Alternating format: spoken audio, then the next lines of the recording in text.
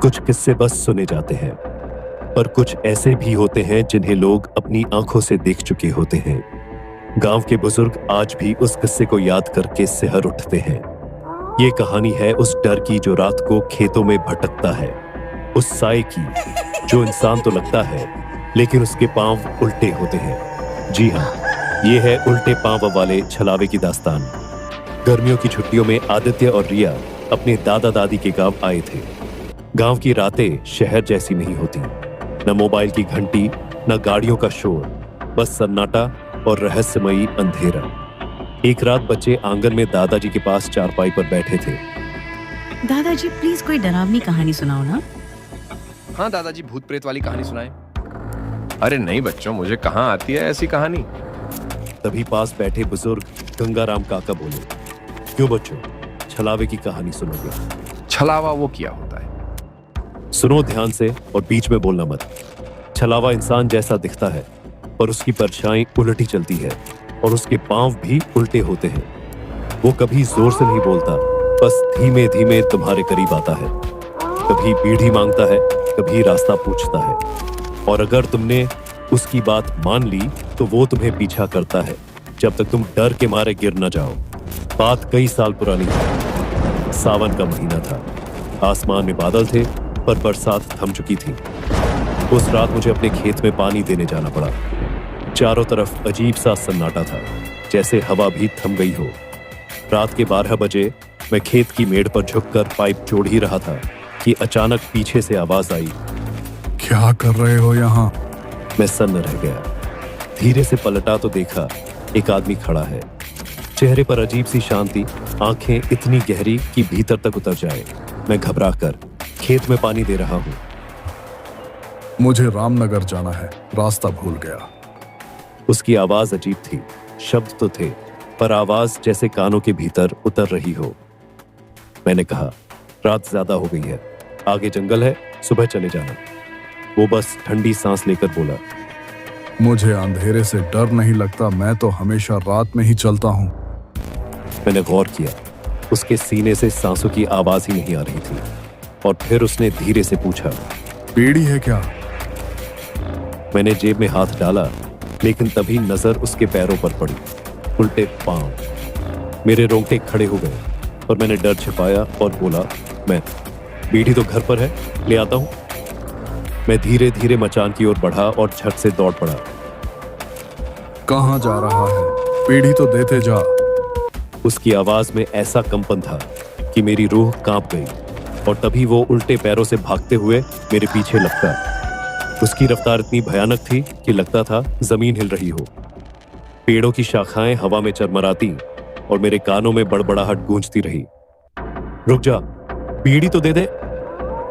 मैं पूरी ताकत से भागा और जैसे ही चौपाल के पास पहुंचा, पीछे पलटकर देखा, वो अचानक धुंध में गायब हो चुका था।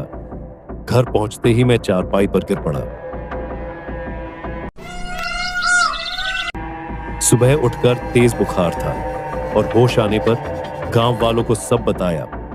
उस दिन से गांव में नियम बन गया, कोई भी अकेले खेत नहीं जाता, और अगर जाना ही पड़े तो लालटेन या टॉर्च लेकर ही जाता है।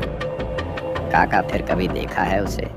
मैं तो नहीं, लेकिन कहते हैं जो भी अकेले खेतों में जाता है उसे वह आज भी मिल जाता है।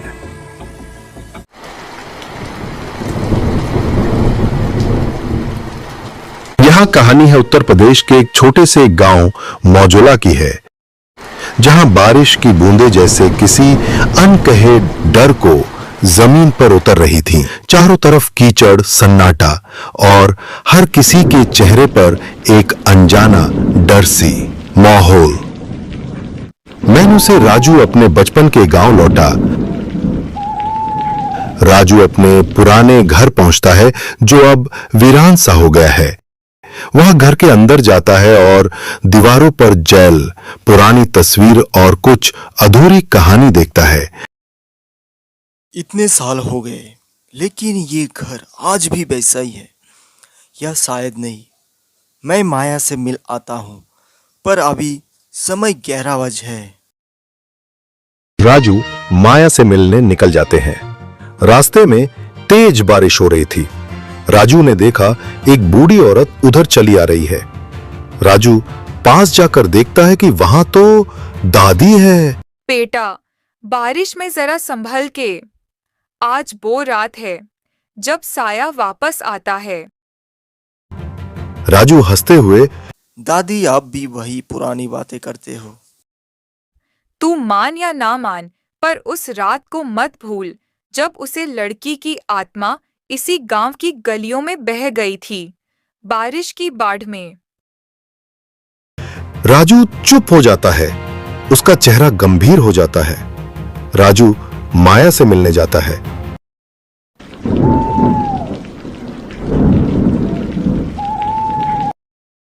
माया बताती है कि गांव में हर साल इसी बारिश में कोई न कोई गायब हो जाता है। हाँ, लेकिन मैं डरने वाला नहीं हूँ। मैं जाता हूँ, बहुत रात हो गई है तुमसे बातें करके।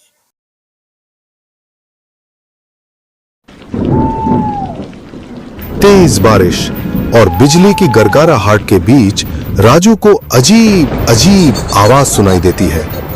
राजू की नजर एक कोने में खड़ी एक महिला की परछाई पर जाती है। भीगी साड़ी में लंबे बालों के साथ रहे परछाई धीरे धीरे उसकी तरफ। कौन है वहां?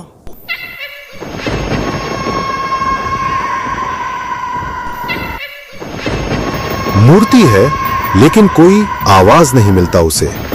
रात कैसे भी करके राजू का सुबह हुआ। आज मैं फिर से माया के पास जाकर पूरे कहानी सुनकर आऊंगा। आखिर क्या हुआ था साया के साथ। राजू फिर से माया के पास जाता है और उससे कहता है, राजू, अरे माया, कल रात को मैं सो नहीं पाई। तुम मुझे सच सच बताओ कि वो लड़की कौन है जो तुम छुपा रहे थे, क्योंकि मैं रात को उसकी आत्मा मुझे तंग कर रहा था। अब बताओ भी माया कि वो लड़की कौन थी। देखो राजू, तुम जिल साया की बात कर रहे हो वो नीरा की आत्मा है। तुम जब हमारी इस गांव से बाहर पढ़ने के लिए चले गए थे, उसी रात भीषण बारिश की वजह से गांव में अचानक बाढ़ आ गई थी। फिर उस बाढ़ में नीर बह गई। गांव वाले ने उसे बचाने की कोशिश भी नहीं की थी। उस दिन से इस बारिश के मौसम में कोई ना कोई गायब हो जाते हैं। मैं जाऊंगा उस कुआं के पास जहां नीरा की आत्मा रहती है। उस रात 12 बजे उस कुआं के पास जाता है जहां पर नीरा की आत्मा रहती है। राजू जाकर नीरा को आवाज लगते हैं। नीरा, कहाँ हो तुम? नीरा, मेरी दोस्त, कहाँ हो तुम? मेरे सामने आओ। अब क्यों आए हो मेरे पास? चली जाओ यहां से। नीरा, मुझे माफ कर दो। मुझे तुम लोगों को छोड़कर नहीं जाना था। मुझे बहुत दुख है तुम्हारे साथ ऐसा हादसा हुआ है। बताओ नीरा, मैं क्या करूं जिससे तुम्हें आत्मा की शांति मिले? तो सुनो राजू, जंगल के बीचों बीच एक पेड़ के बीच मेरा अस्थिया फंसी है। उसे लेकर तुम गंगा में विसर्जन कर दोगे तो मेरी आत्मा मुक्ति हो जाएगी। मैं चलता हूँ। फिर राजू उस जंगल में जाकर उसके अस्थियों को लाकर गंगा में विसर्जन कर देता है और नीरा को उस साया से मुक्ति मिल जाती। फिर सभी लोग खुशी खुशी अपना जीवन बिताने लगते हैं। प्लीज दोस्तों, चैनल को सब्सक्राइब कीजिए, वीडियो को लाइक कीजिए, दोस्तों में शेयर कीजिए।